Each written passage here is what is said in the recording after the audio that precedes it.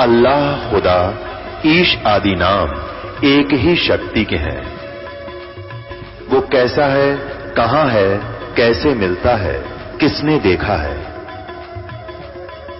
ये प्रश्नवाचक चिन्ह पूर्ण रूप से हटाने के लिए अवश्य सुनिए जगत गुरु तत्वदर्शी संत रामपाल जी महाराज के अमृत वचन, सर्व पवित्र धर्मों के पवित्र शास्त्रों के आधार पर। तो इसी प्रकार वर्तमान में आज भक्ति मार्ग में प्रत्येक मानव की पूरे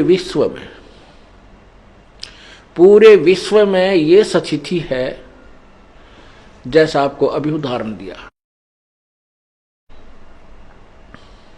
कि हम जैसे पवित्र हिंदू धर्म के श्रद्धालु ब्रह्मा विष्णु महेश से ऊपर कोई शक्ति नहीं मानते, और फिर कोई उनसे पूछता है कि परमात्मा कैसा है, वह कहते निराकार है, उसका कोई आकार थोड़ा ही। फिर भगवान विष्णु, भगवान श्री कृष्ण, भगवान शिव जी की मूर्तियां बनाकर पूज रहे हैं, तो ये क्या है? वो निरुत्तर है, कोई जवाब नहीं। ऐसे ही कबीर पंथियों से पूछा जाए, वो कहेंगे कि परमात्मा कैसा है? परमात्मा निराकार है। जबकि परमेश्वर स्वयं अपनी स्थिति बताते हैं कि वो सतलोक के अंदर है और वहां एक सफेद गुम्मट के अंदर विराजमान है प्रभु स्वयं।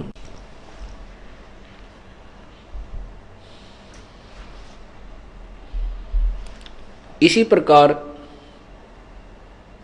पवित्र सिख समाज से पूछिए, वो कहते हैं परमात्मा निराकार है, क्योंकि गुरु नानक देव जी ने अपनी वाणी में कहा तू ही एक निरंकार।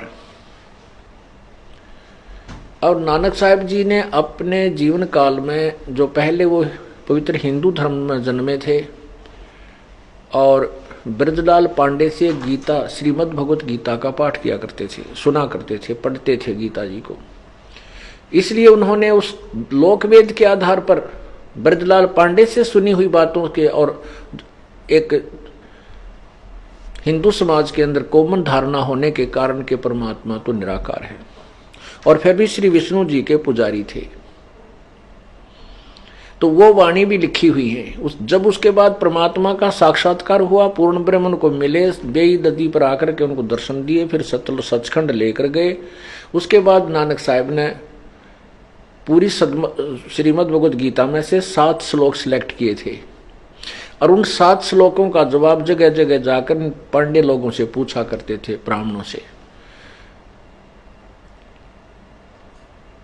कि वो तत्वदर्शी संत, चौथे अध्याय के 34वें श्लोक में लिखा है, वो तत्वदर्शी संत की खोज कर तत्वदर्शी संत की पहचान बताओ।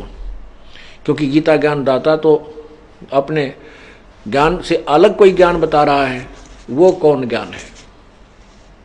गीता जी के अध्याय नंबर 18 के श्लोक 62 में कहा है कि तू सर्वभाव से उस परमेश्वर की शरण में जा, उसकी कृपा से तू परम शांति और शाश्वत स्थानीय सचखंड को प्राप्त होगा। वो परमात्मा कौन है? इस तरह के 7 श्लोक उन्होंने सिलेक्ट किए थे, जिसका जवाब किसी के पास नहीं था। फिर भी उनकी बात को किसी ने स्वीकार नहीं किया, क्योंकि उस समय नानक साहब के अनुयायी बहुत ही नाम मात्र थे। ऐसे ही पवित्र मुसलमान धर्म में पूछिएगा परमात्मा कैसा है? अल्लाह बेचून है, बेचून मन निराकार। ऐसे पवित्र ईसाई धर्म के किसी श्रद्धालु से पूछिए कि अल्लाह गॉड कैसा है? गॉड इज फॉर्मलेस, निराकार। जबकि पवित्र बाइबल उत्पत्ति ग्रंथ में स्पष्ट किया है कि प्रभु ने 6 दिन में सृष्टि रची, और 6ठे दिन उसने कहा कि मैं मनुष्य को अपने स्वरूप के अनुसार उत्पन्न करूंगा। और परमात्मा ने मनुष्य को अपने स्वरूप के अनुसार उत्पन्न किया, नर और नारी करके उनकी सृष्टि की। तो फिर भगवान कैसा हुआ? परमात्मा भी नराकार हुआ, मनुष्य जैसे आकार का। देखिएगा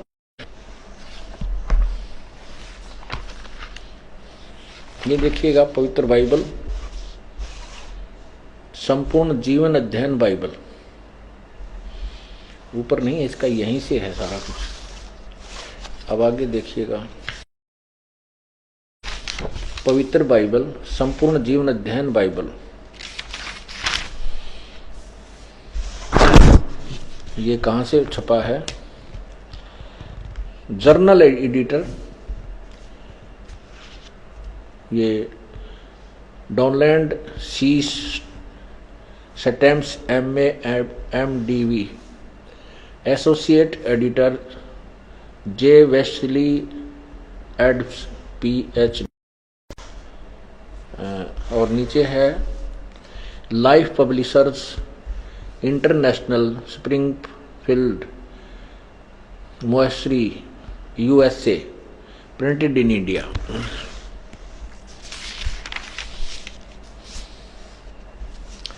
पवित्र बाइबल, संपूर्ण जीवन अध्ययन, यहाँ प्रबंधक संपादक डेविड स्टुअर्ट, अंग्रेजी, प्रधान संपादक डोनाल्ड सी स्टाम्स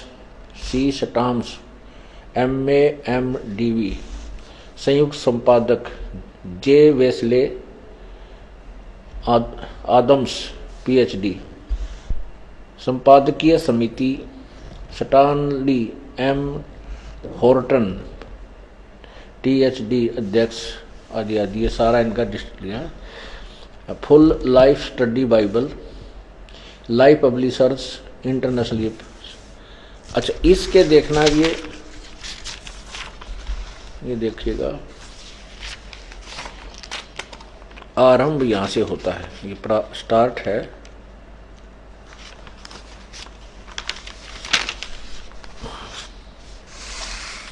ये है 4 पृष्ठ पे, ये जेनेसिस 1, ये पृष्ठ नंबर 4, उत्पत्ति, आरंभ यहां से होता है।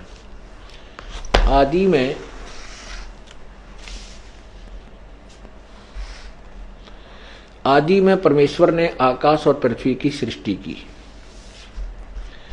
अब देखो, इस प्रकार ये पहला दिन हो गया। दूसरा दिन, भोर हुई इस प्रकार, और परमेश्वर ने उस अंतर को पर आकाश कहा, तथा सांझ हुई फिर भोर हुआ, ये इस प्रकार दूसरा दिन हुआ। तथा सांझ हुई फिर भोर हुआ, ये तीसरा दिन होगा। ये ऊपर जो कुछ था, हम अपने मतलब का देखना चाहते हैं, यहां देखिएगा प्रश्न नंबर 5 पे,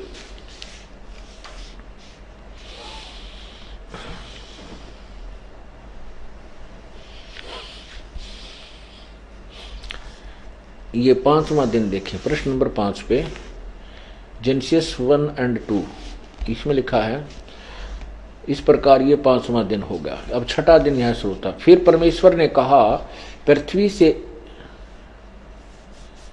जंतु बनाएंगे। आगे देखो यहां, फिर परमेश्वर ने कहा कि हम मनुष्य को अपने स्वरूप के अनुसार अपनी समानता में बनाएं, और वे समुद्र की मछलियों और आकाश के पक्षियों और घरेलू पशुओं और सारी पृथ्वी पर और सब रेंगने वालों जंतुओं पर जो पृथ्वी पर रेंगते हैं अधिकार रखें।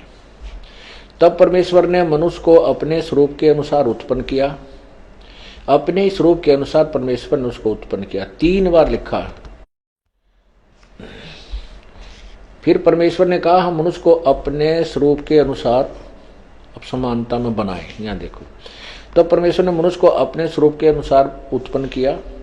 अपने स्वरूप के अनुसार परमेश्वर ने उसको उत्पन्न किया। 3 बार लिखा। नर और नारी करके उसने मनुष्यों की सृष्टि की। अब इससे सिद्ध हुआ कि परमात्मा मनुष्य जैसा है, साकार है, नराकार है।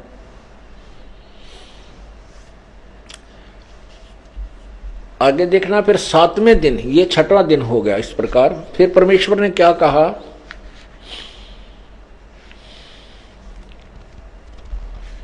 ये 28वां देखना। 27 हमने पढ़ लिया। नर और नारी करके मनुष्य की सृष्टि की।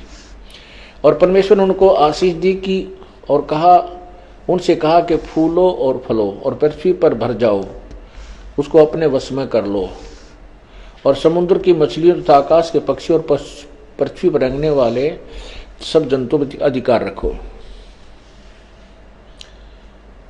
अब देखना, एक बहुत ही गहराई से सोचना है, क्योंकि हम तत्व ज्ञान समझ रहे हैं। अब जिस प्रभु ने सृष्टि रची 6 दिन में और 7वें दिन विश्राम किया, उसने 6 दिन में सृष्टि रच दी और जो आदेश निर्देश देना था वो दे दिया। अब क्या निर्देश दे रहे हैं कि मनुष्य को इतना बुद्धिमान बना दिया कि पृथ्वी के सभी जीव जंतुओं से ये सियाना हो, समझदार हो, उनको कंट्रोल करे, लेकिन खाए नहीं उनको, उनका मांस नहीं खाए। अल्लाह यानी पूर्ण परमात्मा का आदेश मांस खाने का नहीं। अब देखना प्रमाण 29 में,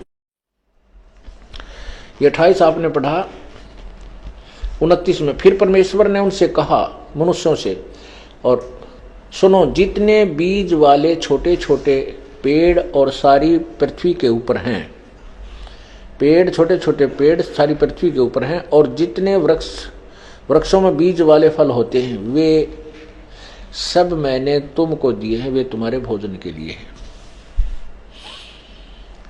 परमात्मा ने कहीं भी मनुष्य को मांस खाने का आदेश नहीं दिया। ये है पूर्ण परमात्मा का संदेश, निर्देश, आदेश। इसके अतिरिक्त यदि किसी बुक में और किसी अन्य नबी या किसी अवतार या किसी गुरु पीर के कहने से आप जी मांस आहार करते हो, परमात्मा का निर्देश, परमात्मा का संविधान तोड़ रहे हो, उसकी आपको सजा मिलेगी। कैसे मिलेगी? कि परमात्मा का, जैसे राजा का हमारे हिंदुस्तान का संविधान है कि कोई किसी की हत्या करेगा मनुष्य की, तो उसको सजाए मौत या 20 साल की सजा होगी। ये नियम है राजा का। और इसको जो तोड़ देता किसी के दूसरे के कहने आदेश से, अधिकारी के आदेश से, तो फिर वो अपराधी है। जैसे एक समय किसी व्यक्ति की मित्रता एक दरोगा से हो गई, SHO तय, और उस व्यक्ति का जो साथी पड़ोसी था, नाइबर था, उसकी कहा सुनी रहती थी, उनकी आपस में नहीं बनती थी। एक दिन उस दरोगा के मित्र ने अपने मित्र दरोगा से यानी SHO से कहा कि ऐसे ऐसे मेरा जो पड़ोसी है वो मुझे बहुत परेशान करता है, सारा कुछ मैंने पंचायत भी कर ली, समझा लिया, लेकिन वो बाज नहीं आता है, क्या इलाज किया जाए? SHO ने कहा कि मार उसको, समार दे, कूट छेद दे, मार लट सिर में, मैं आप देख लूंगा।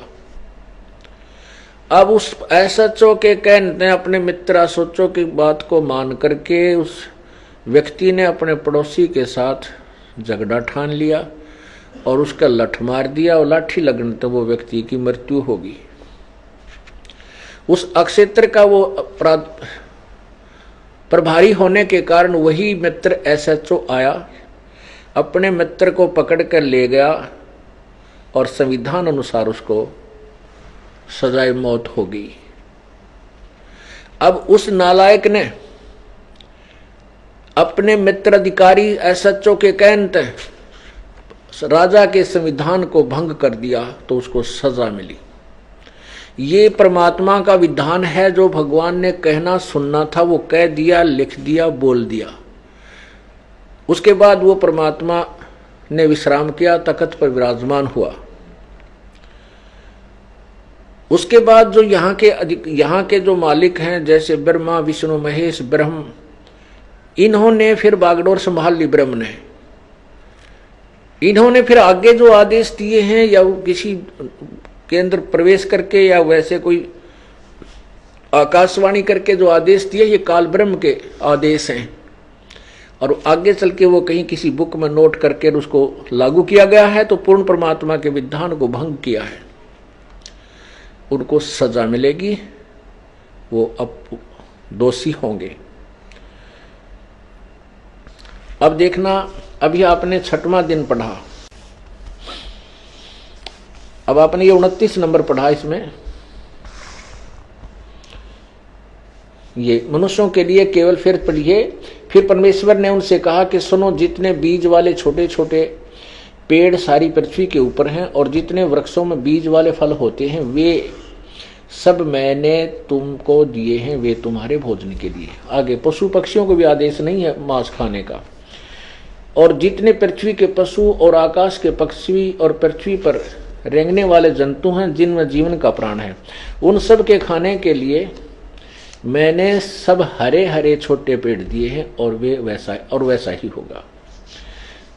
तब परमेश्वर ने जो कुछ बनाया था वो देखा, वो अच्छा लगा, तथा सांझ हुई फिर भोर हुआ। इस प्रकार ये 6वां दिन हो गया। अब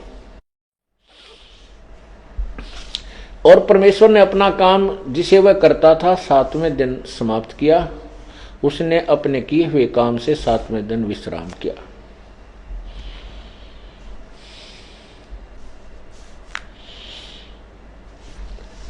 अब ये तो पवित्र बाइबल ने सिद्ध कर दिया कि उस परमात्मा ने 6 दिन में सृष्टि रची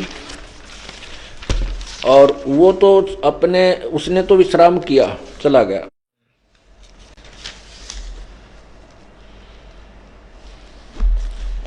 वो तो तख्त पर जा विराजा। अब इसी का प्रमाण पवित्र कुरान शरीफ, क्योंकि पवित्र कुरान शरीफ के अंदर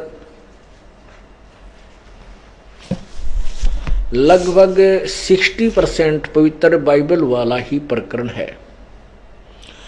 और पवित्र हिंदू, पवित्र मुसलमान समाज और पवित्र ईसाई समाज बाबा आदम को अपना पूर्वज मानते हैं।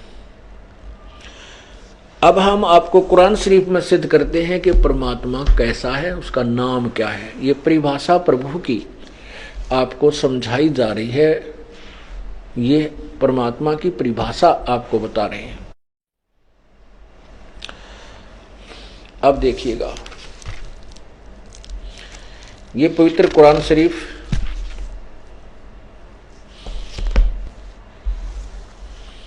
ये पवित्र कुरान शरीफ यह वह इल्हामी किताब है जिसमें कोई संदेह की गुंजाइश नहीं। यानी इसमें जो लिखा है मुसलमान भाई सत्य मानते हैं कि इसमें जो लिखा है वो सत्य है, इसमें कोई शंका हमें नहीं है। अब देखना, यह है कुरान शरीफ, ये मुतरजम बराहिस्य यानी सानुवाद टिप्पण शास्त्रीय अरबी पद्धति पर नागरिक लिपि में रूपांतरकार है नंद कुमार अश्वथी। शेरवानी संस्करण, ये कहाँ से प्रकाशित है?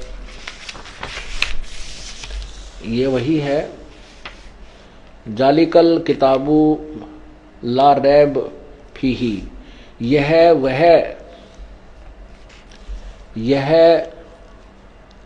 वह इल्हामी किताब है जिसमें कोई गुंजाइश नहीं, संदेह की कोई गुंजाइश नहीं। ये कुरान शरीफ,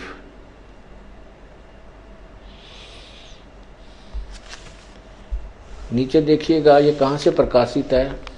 शेरवानी संस्करण, प्रकाशक लखनऊ किताब घर, मौसम बाग, सीतापुर रोड, लखनऊ। इसमें देखना सूरत फुरकानी,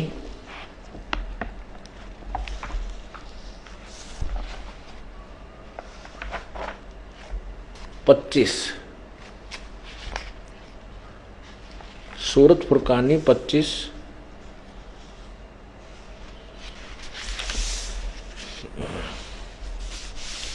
यह है सूरत फुरकानी 25। अब इसकी हम 52 आयत से लेकर 59 तक पढ़ेंगे। ये देखिएगा पृष्ठ 604 पे फुरकानी कुरान शरीफ है, सूरत फुरकानी 25। अब नीचे आ जाइए, ये संस्कृत में लिखा सारा, ये उर्दू में लिखा है, भाषा उर्दू, लिपि उर्दू है, भाषा अरबी है। और इसको हिंदी में भी एज इट इज लिखा गया है। ये 52 नंबर आयत है, यहाँ 51 समाप्त होती है। इसका ये अरबी है, फला तुतियल काफरीन व जाहिदुम बिही जिहादन कबीरन। इन्होंने इसका यहाँ हिंदी किया है। ये 51 शब्द है, यहाँ लिखा है, हिंदी किया है इन्होंने ही। तो ए पैगंबर, हजरत मोहम्मद को हजरत मोहम्मद जी का खुदा बोल रहा है, जिसको हजरत मोहम्मद जी अपना अल्लाह मानते हैं। ए पैगंबर, जिसने कुरान शरीफ का ज्ञान दिया है। एक पैगंबर, तुम काफिरों का कहा न मानना। ये 52वीं आयत आपको सुना रहा हूं, सूरत फुरकानी 25 की। ए पैगंबर, तू काफिरों का कहा न मानना और इस कुरान की दलीलों से उनका सामना बड़े जोर से करो। इन्होंने कबीर का अर्थ बड़ा कर दिया। ये दास इसका अर्थ करता है कि हजरत मोहम्मद जी का खुदा, जिसने कुरान शरीफ को का ज्ञान दिया है, वो हजरत मोहम्मद जी से कह रहा है कि हे पैगंबर, मैं तुझे जो संदेश दे रहा हूं इस कुरान शरीफ में, मेरी बातों पर विश्वास करना। और वो काफिर इस कबीर को भगवान नहीं मानते जो आपको कबीर मिला है, क्योंकि पूर्ण परमात्मा परमेश्वर जिंदा महात्मा के रूप में हजरत मोहम्मद जी को भी मिले थे। और उन्होंने कहा था मैं खुदा हूं, और खुद सतलोक सचखंड लेकर गए थे। लेकिन हजरत मोहम्मद जी उस क्या नाम है, जिब्राइल नाम के उस फरिश्ते से इतने डरे हुए थे, उन्होंने कबीर परमेश्वर की बातों को नहीं स्वीकार किया। परमात्मा कहते, हम मोहम्मद को वहां ले गयो, इच्छा रूपी वहां नहीं रहो, उल्ट मोहम्मद मैल पठायो, गुज बीरज एक कलमा लायो। ओए रोजा बंग नमाज दई रे, बिस्मिल की नहीं बात कही रे। हजरत मोहम्मद ने वहां जो परमात्मा कहते हैं हम वहां ले गए अपने पास, लेकिन वहां ये रहा नहीं, मेरी बात का स्वीकार नहीं किया, उल्टा हमने महल में यहाँ भेज दिया।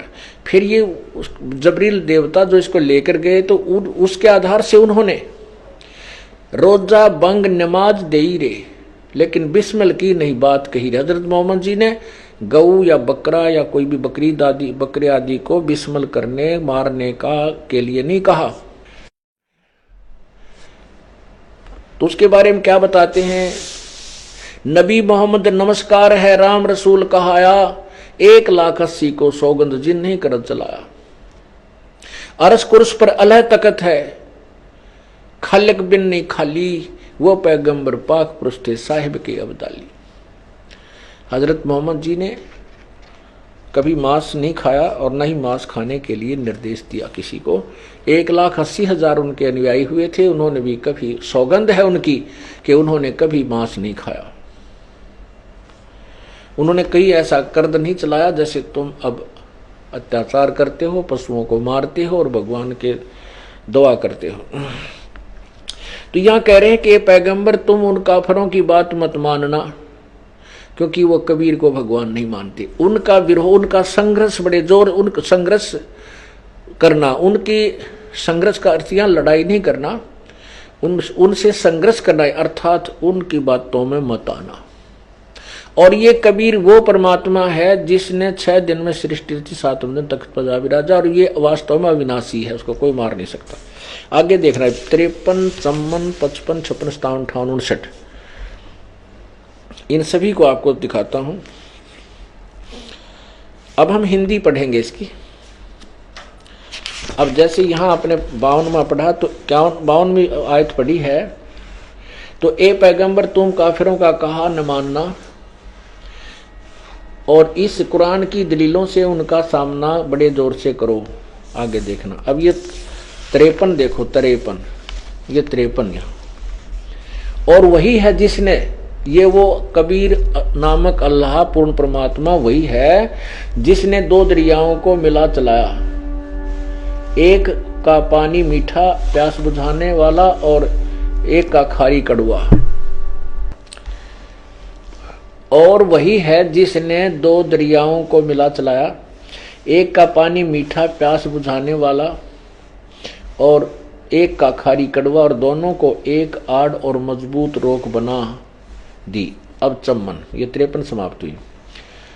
और वही है जिसने पानी की बूंद से आदमी को पैदा किया, फिर उसको साहिबे नसब यानी किसी का बेटा या बेटी और ससुराल वाला यानी किसी का दामाद बहू बनाया। और तुम्हारा परवरदिगार हर चीज करने में शक्तिमान है। यानी गीता कुरान शरीफ ज्ञानदाता से कोई और है जिसकी तरफ संकेत किया जा रहा है। अब 55, ये चमन आपने पढ़ा। अब 55 में देखो, काफिर अल्लाह को के सिवाय ऐसों को पूजते हैं जो न उनको नफा पहुंचा सकते हैं और न उनको नुकसान है। यानी पूर्ण परमात्मा को छोड़कर अन्य देवताओं की पूजा के लिए संकेत है कुरान शरीफ में कि वो देवता ना कुछ कर सकते, ना लाभ दे सकते, ना हानि दे सकते। और काफिर लोग उन्हीं की पूजा करते हैं। और काफिर तो अपने परवरदिगार से पीठ दिए हुए हैं, मुंह मोड़े हैं। अब 56 में, ए परवरदिगार ना ए पैगंबर, हमने तुमको खुशखबरी सुनाने और सिर्फ अजाब से डराने के लिए भेजा है। अब 57 देखो। अब थोड़ा सा 57 हम यहां देखेंगे। हाँ, 57 पढ़ो पहले। ए पैगंबर, इन लोगों से कहो कि तुम से इस अल्लाह के हुक्म पर कुछ मजदूरी नहीं मांगता। हाँ, जो चाहे अपने परवरदिगार तक पहुंचने की राह इख्तियार करे। ये 57 में। अब हम 58 पहले यहां देखेंगे। ये देखो, ये 58 ये है। इसमें लिखा है कि वेब कफा बिही बिजुनुबी इवादी ही खबीरा। इवादी है, इवादी माने पूजा के योग्य। खबीरा कहो, कबीरा कहो, ये वही कबीरन खबीरन कहो, ये कबीर ही शब्द है। ये बोलने में थोड़ा सा लिखने में अंतर हो जाता है। फिर इसी प्रकार यहाँ है रहमानो फसल बिही खबीरन, ये 59 और 58। इसमें यहाँ क्या लिखा है देखिएगा। ये 57 समाप्त हुई। 58, ए पैगंबर, उस जिंदा पर भरोसा रखो जो कभी मरने वाला नहीं है, और तारीफ के साथ उसकी पाकी बयान करते रहो, और अपने बंदों के गुनाहों से वह काफी खबरदार है। यहाँ कबीर का अर्थ इन्होंने काफी कर दिया, बहुत अच्छी तरह खबरदार है ये 58 में। अब इसका क्या अर्थ है कि ए पैगंबर, उस जिंदा पर भरोसा रखो, वो कभी मरने वाला नहीं है, और उसी की तारीफ के साथ उसकी पाकी यानी उसकी पवित्रता का बयान करते रहो, उसकी महिमा का गुणगान करते रहो। वो अपने बंदों के गुनाहों से काफी खबरदार है। क्या कहना चाहते हैं कि कुरान शरीफ के बोलने वाला अल्लाह, जिसको हजरत मोहम्मद जी अपने खुदा मानते हैं, वो कह रहा है कि जो जिंदा महात्मा के रूप में तुझे आकर मिला था उसके ऊपर विश्वास कर, और वो अपने बंदों के यानी जो उनका अनुयायी है उनके गुनाहों को यानी उनके अपराधों को भी क्षमा कर देता है, माफ कर देता है। वो कभी मरने वाला नहीं, अर्थात वो वास्तव में अविनाशी है। और यहाँ वास्तव में कबीर कुरान शरीफ ये कहना चाहते हैं, कबीर नामक जो अल्लाह है, अल्लाहु अकबर जिसे कहते हैं, अल्लाह अकबर, अल्लाह अकबरू, कबीर अल्लाह, अल्लाह कबीर, वो एक ही बात है। वो उसका अर्थ अल्लाह कबीर का अर्थ बड़ा भगवान कह देते हैं नहीं, अर्थ तो किसी भी वस्तु अक्षर का यानी किसी नाम का कर लीजिए, अवश्य उसका शब्द का अर्थ होगा। निरर्थक शब्दों के ना नाम होते हैं और ना ही उनका कहीं प्रयोग हुआ करता है किसी भी भाषा में। तो इस प्रकार ये लिखा है कि वो अल्लाह कबीर है, वो अल्लाहु अकबर है, वो अल्लाह कबीर है। अब उसी गीता कुरान शरीफ के ज्ञान देने वाला कह रहा कि उसी की महिमा गा तू। अब 59 में देखो, 59 में कमाल कर दिया। ये 58 आपने पढ़ा, ये देखिएगा, ये 59 कि जिसने आसमानों और जमीन और जो कुछ उनके बीच में है सबको 6 दिन में पैदा किया, फिर तख्त पर जा विराजा। वह अल्लाह बड़ा, वह अल्लाह कबीर। यहां लिखना था वह भगवान कबीर रहमान है, दयालु है। तो उसकी खबर किसी बाखबर इल्म वाले से पूछ देखो। बाखबर माने तत्वदर्शी संत से पूछो। पुण्यात्माओं, इन दोनों पवित्र सदग्रंथों ने, शास्त्रों ने, पवित्र बाइबल, पवित्र कुरान शरीफ ने रल मिलकर सिद्ध कर दिया कि परमात्मा मनुष्य जैसा है।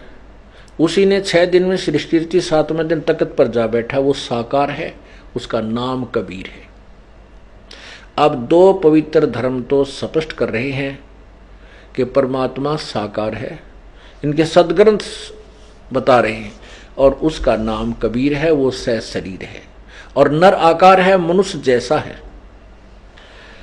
अब इनको पढ़ने वालों की कमी नहीं, इन्हीं सदग्रंथों को पढ़ने वालों की कमी नहीं, और इनको समझा नहीं। अब आप देखिएगा,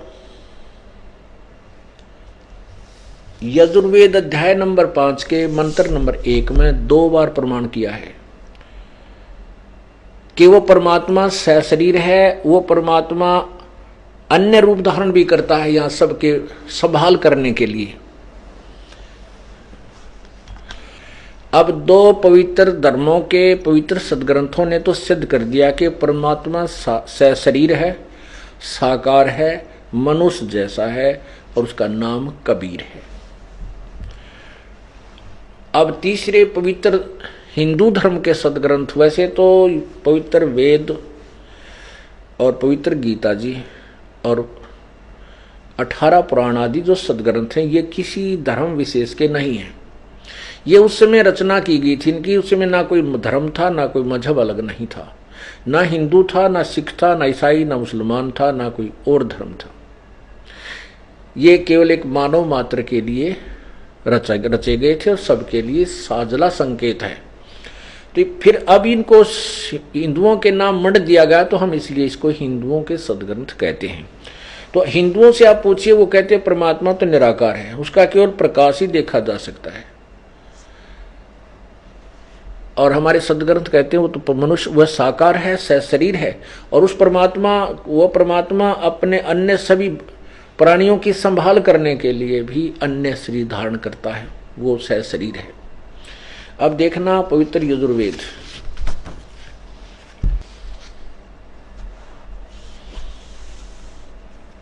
अनुवाद करता महर्षि दयानंद सरस्वती। ये कहां से छपा है?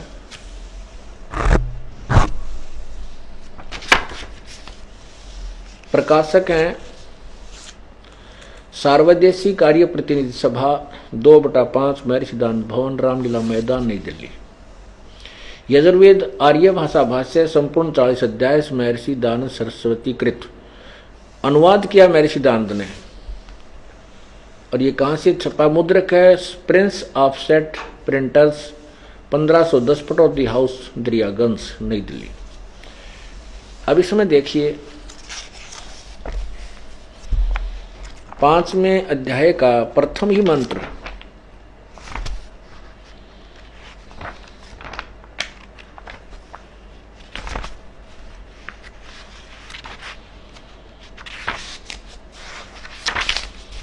ये है अथ पंचमो अध्याय, अथ पंचम अध्याय आरंभ।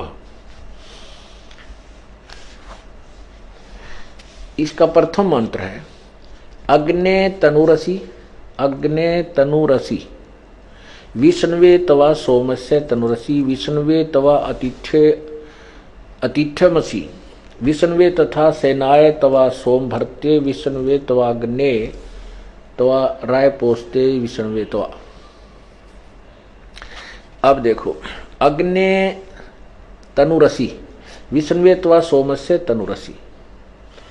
स्वामी जी ने इसका अर्थ क्या किया है इसको बाद में बताएंगे। तनु माने शरीर है, अग्नि माने बिजली प्रसिद्ध रूप लिख दिया।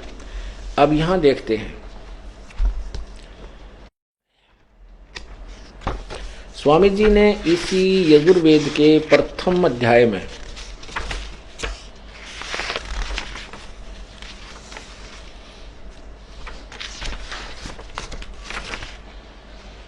ये प्रथम अध्याय है, इसमें मंत्र नंबर 5 में प्रथम अध्याय 7 पृष्ठ पे अग्नि माने सत्य उपदेश करने वाले परमेश्वर, अग्नि माने परमेश्वर।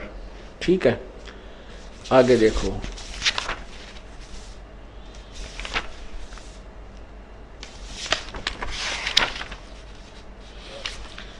इस 11वें श्लोक में, ये 11वें मंत्र में प्रथम अध्याय का ये 11वें मंत्र में, हे अग्नि, अग्नि माने जगदीश्वर।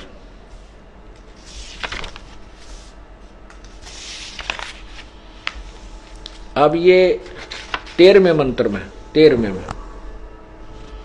प्रथम अध्याय का 13वां मंत्र, यह अनुवाद है। अग्नेय, अग्नेय माने परमेश्वर की प्राप्ति के लिए। अब यहां देखिएगा, यह है प्रथम अध्याय का 15वां श्लोक। इसमें अग्नि तनुरसी लिखा है। स्वामी जी ने इसका कहीं अर्थ नहीं किया।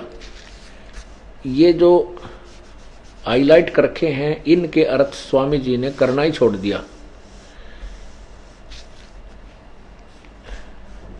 सब जनों के सहित जिस हवि अर्थात पदार्थ के संस्कार के लिए वृद्धग्राहा बड़े बड़े पत्थर हैं और काष्ठ के मुसल आदि पदार्थ विद्वान व दिव्यगुणों के लिए उस यज्ञ को श्रेष्ठ गुणों के प्रकाश और श्रेष्ठ विद्वान का विविध भोगों की प्राप्ति के लिए ग्रहण करता हूं। अब स्वामी जी ने क्या अनुवाद कर दिया? वो अग्नि तनुरसी छोड़ दिया है, और इसका क्या अर्थ कर दिया? बड़े बड़े पत्थर और काठ के मुसल, इनको ग्रहण करता हूं। पता भगवान काठ के मुसलान और पत्थरा ने शर्म मारा ग्रहण करके। सारी सृष्टि, सारे पहाड़ उसी के रचे हुए हैं, सारे वन, अर्थात अर्थों का अनर्थ कर दिया इसने, क्योंकि इनको ज्ञान था ही नहीं भक्ति मार्ग का। ABC भी नहीं जानते थे, और ये कम से कम 11 शब्दों का अर्थ ही नहीं कर रखा। ये जितने हाईलाइट हैं ये ऊपर, इनका अर्थ इस अनुवाद में नहीं। यार 100 वर्ष से इसका यूं का तो प्रिंट चलता आ रहा है। ये तो अर्थ हैं, ये संस्कृत है। इनमें कहीं पर भी अग्नि तनुरसी नहीं है जिनका अर्थ किया हो। ये जो है ये संस्कृत है। संस्कृत के आगे बाकी शेष हिंदी है। अब ऋग्वेद, इन्होंने स्वामी दयानंद जी ने पहले ऋग्वेद शुरू किया था। इसका इन्होंने लिखा है वैसे 1 से 6 श्लोक, 6 मंडल अनुवाद किया है। किसी में लिखा केवल प्रथम मंडल ही उन्होंने अनुवाद किया। जैसा भी आधा ऋग्वेद इन्होंने अनुवाद किया। तो इन्होंने जब स्टार्ट किया तो उसमें स्पष्ट लिखा है, क्योंकि ऋग्वेद अग्नि शब्द से प्रारंभ होता है। उन्होंने अग्नि की परिभाषा, अग्नि का शब्द अर्थ किया है कि अग्नि जहां पर लिखा हो उसको परमात्मा माने। वैसे तो अग्नि माने सब नबेरा आग होती है, और अग्नि माने परमेश्वर है। ये ऋषि जी ही बताया करते हैं, संत गुरु बताते हैं कि इसका क्या अर्थ होता है। ये देखिएगा, ये है ऋग्वेद।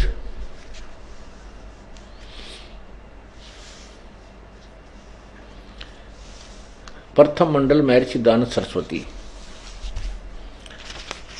और ये कहां से छपा है? प्रकाशक हैं सार्वदेशिक आर्य प्रतिनिधि सभा 3/5 महर्षि दयानंद भवन, रामलीला मैदान, नई दिल्ली से। प्रथम ऋग्वेद मंडल, ऋग्वेद प्रथम मंडल हिंदी भाषा है। ये प्रिंस ऑफसेट प्रिंटर्स यहां से छपा है। अच्छा, इसमें जहां से स्टार्ट होता है वहां देखिए, ये है ऋग्वेद भाषा भाष्य प्रथम मंडल प्रथम सूक्त। अग्नि मिले, अग्नि शब्द से प्रारंभ है। तो इसमें स्वामी जी ने यहां कहा है कि यहां अग्नि शब्द के दो अर्थ करने प्रमाण हैं कि इस ऋग्वेद के मंत्र से यह जाना जाता है कि एक सद ब्रह्म के इंद्र आदि अनेक नाम हैं। इस यजुर्वेद के मंत्र से भी अग्नि आदि नामों का सच्चिदानंद लक्षण वाले ब्रह्म को जानना चाहिए। ये तो में तो तदेवाग्नि, इस यजुर्वेद में भी अग्नि शब्द से लक्षण से ब्रह्म को जानना चाहिए। अग्नि माने परमात्मा। इत्यादि सतपथ ब्राह्मणों के से अग्नि शब्द ब्रह्म और आत्मा इन दोनों का अर्थवाची है, परमात्मा और आत्मा। स्वामी जी बता रहे अग्नि शब्द से प्रजा शब्द करके भौतिक और प्रजापति शब्द से ईश्वर का ग्रहण होता है। इस प्रकार सत्याचरण के नियमों का जो सत्य यथावत पालन करना है सो ही व्रत कहता, और इस व्रत का पति परमेश्वर है। इस ऋग्वेद के प्रमाण से ज्ञान वाले सर्वज्ञ प्रकाश करने वाले विशेषण से अग्नि शब्द करके ईश्वर का ग्रहण होता है। फाइनल हो गया।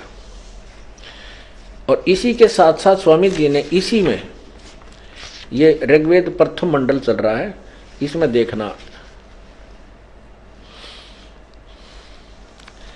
इसके आगे और लिखा इसी के जैसे ये यहां से हम पढ़ रहे थे दूसरे पृष्ठ पर यहां लिखा है इस कारण अग्नि शब्द से ईश्वर, अग्नि शब्द से ईश्वर शब्द। अच्छा, अब ये दूसरा श्लोक, दूसरा मंत्र, इसमें अग्नि माने वह परमेश्वर स्वयं अर्थ कर रहे हैं अनुवाद करते समय। अब ये देखिएगा तीसरा मंत्र, इसमें भी अग्नि ना अच्छी प्रकार ईश्वर, अग्नि माने ईश्वर की,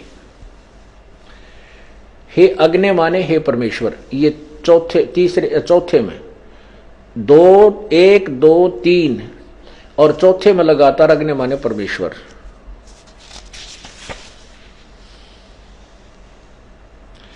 और पांचवा छोड़ दिया, पांचवें में शब्द अग्नि नहीं है, छठे में अग्नि माने परमेश्वर। अब सातवें में अग्नि माने सब प्रकार से उपासना करने को परमेश्वर, अग्नि माने परमेश्वर। और आठवें में अग्नि शब्द नहीं है, नौवें में है अग्नि माने ज्ञान स्वरूप परमेश्वर।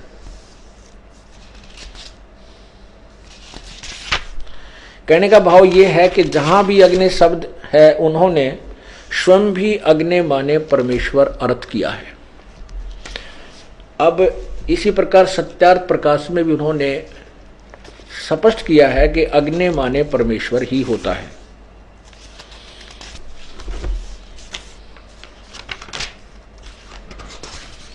और जहां अग्नि माने परमेश्वर करना चाहिए था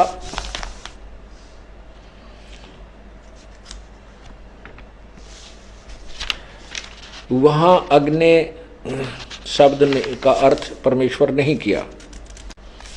ये देखिएगा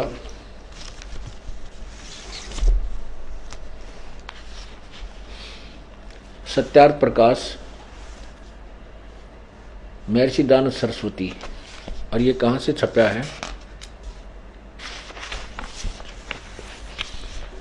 यह है अथ सत्यार्थ प्रकाश वेद आदि विधि सदशास्त्र प्रमाण समन्त श्रीमत् परमहंस परिव्राजकार्य आचार्य महर्षि दानव सरस्वती स्वामी विरच। कितनी आगे पीछे कितनी लंबी चौड़ी इनके फीतला रखी है। और कहाँ से छपा है? प्रकाशक। ये तो इन्होंने लिखा है कि ये जो सत्यार्थ प्रकाश है वेद आदि सभी सदशास्त्रों को प्रमाण रख करके उसके आधार से इसकी रचना महर्षि दानव सरस्वती ने की है। वैदिक यतिमंडल दानव मठ दीनानगर पंजाब से छपी। कहाँ से है? ये रोहतक से, दानव मठ रोहतक से छपी है। प्रकाशक हैं वैदिक यतिमंडल दानव मठ दीनानगर पंजाब। स्वामी ओमानंद सरस्वती के सहयोग से प्रचारार्थ लागत से भी कम मूल्य 25 रुपये। मुद्रक हैं आचार्य प्रिंटिंग प्रेस दानंद मठ गोहाना मार्ग रोहतक। अब देखिएगा इस पे प्रथम ही समोल्लास में अथ सत्यार्थ प्रकाश है। इन्होंने कहा है कि जैसे आकार से विराट, अग्नि और विश्व आदि ये अर्थ होते हैं। यहां देखना। और सब स्वरूप, दूसरे दो प्रश्न नंबर 15 पे है, सब स्वरूप होने से, सब स्वरूप और सौ प्रकाश होने से अग्नि। अब 16 पर देखना, सौ प्रकाश होने से अग्नि। यहां लिखा है कि निरंतर व्यापक होने से परमेश्वर का नाम ब्रह्म है। इसमें तो अग्नि नाम भी परमात्मा का है। यहां देखना फिर, ओम, ये प्रश्न नंबर 16 पर, ओम और अग्नि आदि नामों से मुख्य अर्थ परमेश्वर का ग्रहण होता है। ओम और अग्नि आदि नामों से मुख्य अर्थ परमेश्वर का ही होता है। स्पष्ट हो गया, परमेश्वर का ही ग्रहण होता है। आगे देखो, ये प्रश्न नंबर 17 पर, अग, अगि, इण धातु है, इनसे अग्नि शब्द सिद्ध होता है। जो ज्ञान स्वरूप सर्वज्ञ जानने योग जानने, प्राप्ति होने और करने योग, पूजा करने योग है, इससे परमेश्वर का नाम अग्नि है। अच्छा, अब देखिएगा कमाल इनका।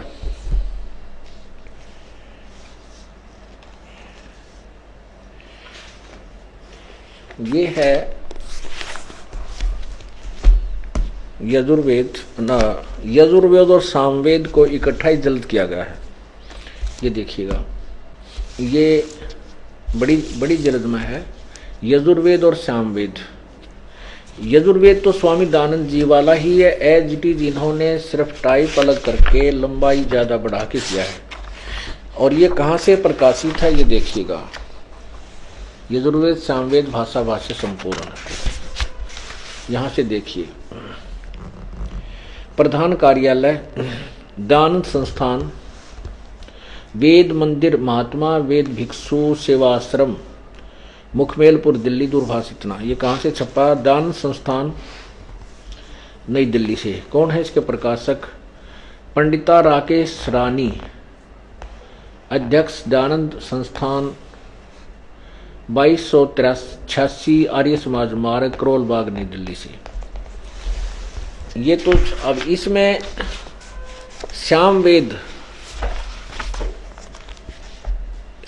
वेद का अनुवाद किया है आर्य समाजी आचार्य ने, और महर्षि दानंद जी की उस निर्देश का पालन करते हुए कि जहां भी अग्नि शब्द है मुख्य तौर पर उसका नाम परमात्मा परमेश्वर होना चाहिए। अब देखिए सामवेद, ये सामवेद है, भाषा भाष्यम। ये प्रथम ही स्टार्ट है यहां से। इसके प्रथम मंत्र में, ये प्रथम मंत्र है, अग्नि माने हे ईश्वर, अग्नि माने हे परमेश्वर, अग्नि माने ईश्वर को, अग्नि माने परमेश्वर, अग्नि माने हे ईश्वर, अग्नि माने हे परमेश्वर।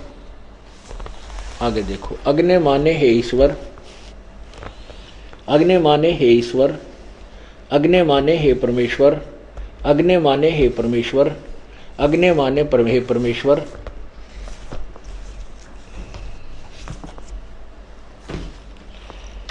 अग्नि माने हे परमेश्वर। जहां भी अग्नि शब्द है, जिस भी अर्थ मंत्र में, अग्नि माने हे परमेश्वर। अब देखिएगा, ओहो, अग्नि माने हे परमेश्वर, अग्नि माने ईश्वर की, परमेश्वर की, अग्नि माने परमेश्वर की, अग्नि माने परमेश्वर, अग्नि माने परमेश्वर की। यहां देखिए, अग्नि माने परमेश्वर, अग्नि माने हे ईश्वर, अग्नि माने हे ईश्वर, अग्नि माने हे परमेश्वर, अग्नि माने हे ईश्वर, अग्नि माने परमेश्वर, अग्नि माने परमेश्वर।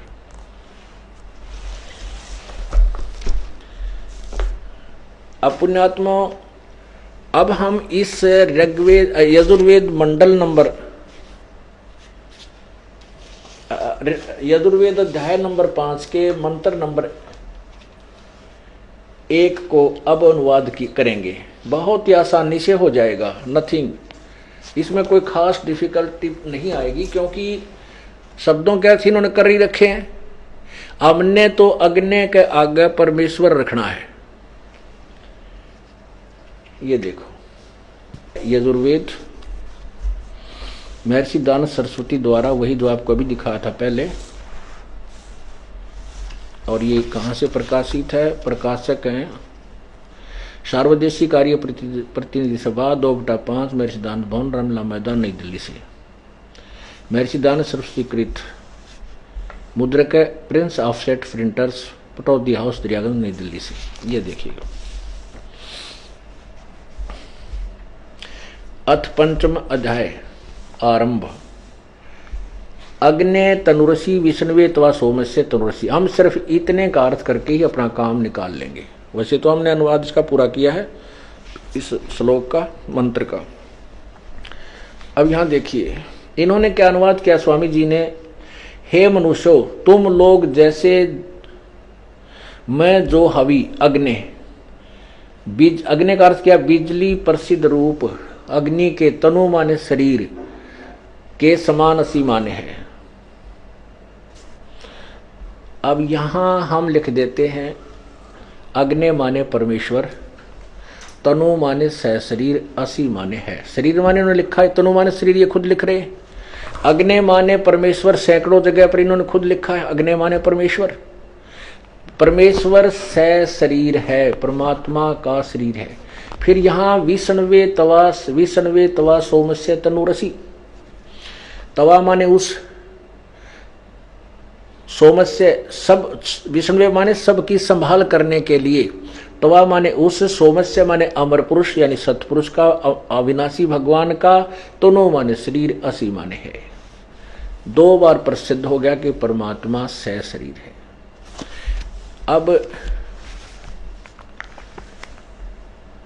पुण्यात्माओं,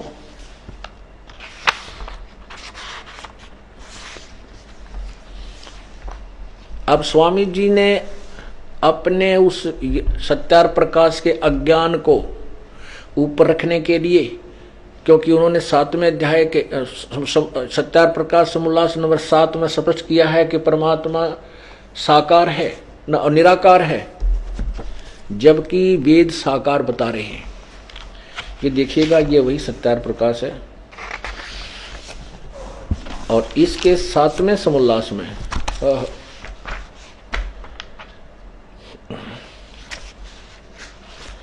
ये देखिएगा,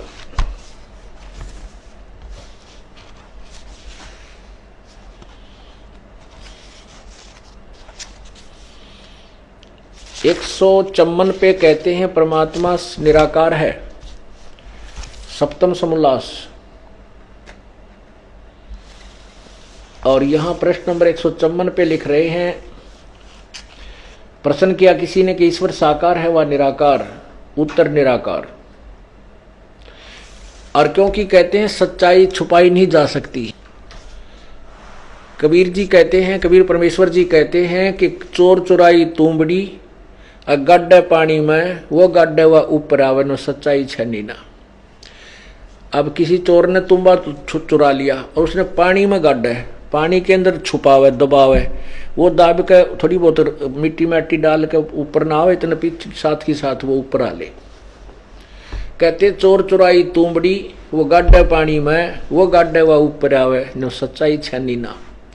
अब स्वामी जी ने अपनी अज्ञान को थोपने की चेष्टा की कि परमात्मा निराकार, लेकिन उसको छुपा नहीं सका, क्योंकि वेदों में साकार लिखा है। और उन्होंने खुद भी लिखना पड़ा कि परमात्मा की उपासना से परमात्मा का साक्षात्कार हो जाता है। ये देखिए 155 पृष्ठ पे, चमन पे तो कहा निराकार है 154 पे, और एक यहां क्या लिखा? परमात्मा निराकार है, उत्तर स्वामी जी का।